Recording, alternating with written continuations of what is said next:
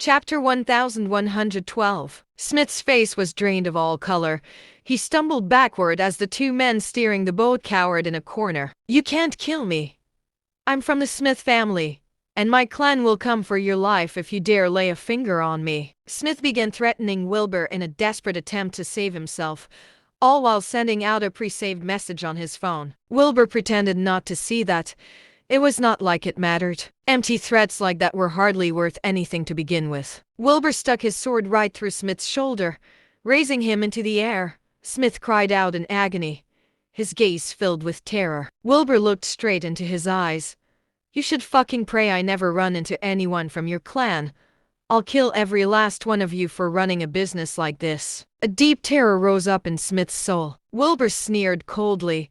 Dark dispersed shuddered, and Smith's body exploded in a spray of blood and gore. Wilbur looked over to the people in charge of steering the boat and commanded, "Keep driving." Both men scrambled to get up, driving the boat forward as Wilbur ordered. Neither of them dared to say a word in the face of someone so powerful. Just then, Wilbur took out his phone from his demiplane and began making a call. He hung up not long after. After sailing for about half an hour, a speedboat zoomed out from seemingly nowhere. A group of Special Forces agents hopped over onto the boat at once, and a few of them rushed over to comfort the women held hostage. The leader of the team of agents inspected the boat closely before heading to the cockpit with two other agents. Task Force Leader of the Customs Special Forces, Keenan Gander, reporting for duty, sir.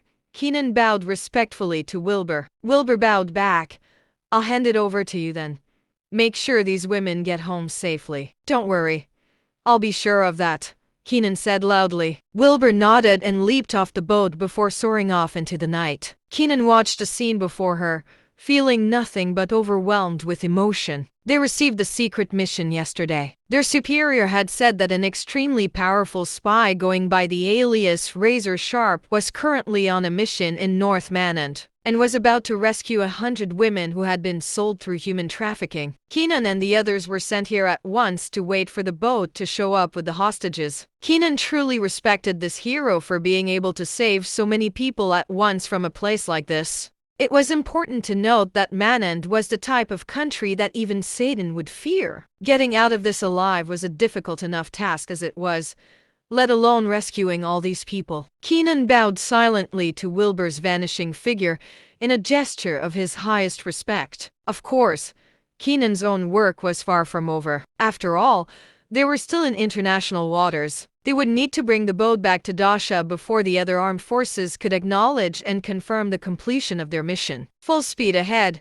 Keenan shouted at the driver, and the boat whirred into motion at once. It was morning by the time Wilbur returned to Leaker Corp. He shielded his presence using his spirit energy, returning to his room to lie in his bed. A moment later, he retracted his spirit energy and began to freshen up. Just then, there was a knock on the door. "Come in," said Wilbur in a deep voice. Demi's assistant came into the room, looking Wilbur up and down with a smile. "Madame Madres would like to see you." "I'll be right there," said Wilbur. The assistant glanced around Wilbur's room before smiling back at Wilbur. "Remember to close your windows." Wilbur raised an eyebrow, and the assistant left with one last smile. Wilbur finished getting ready.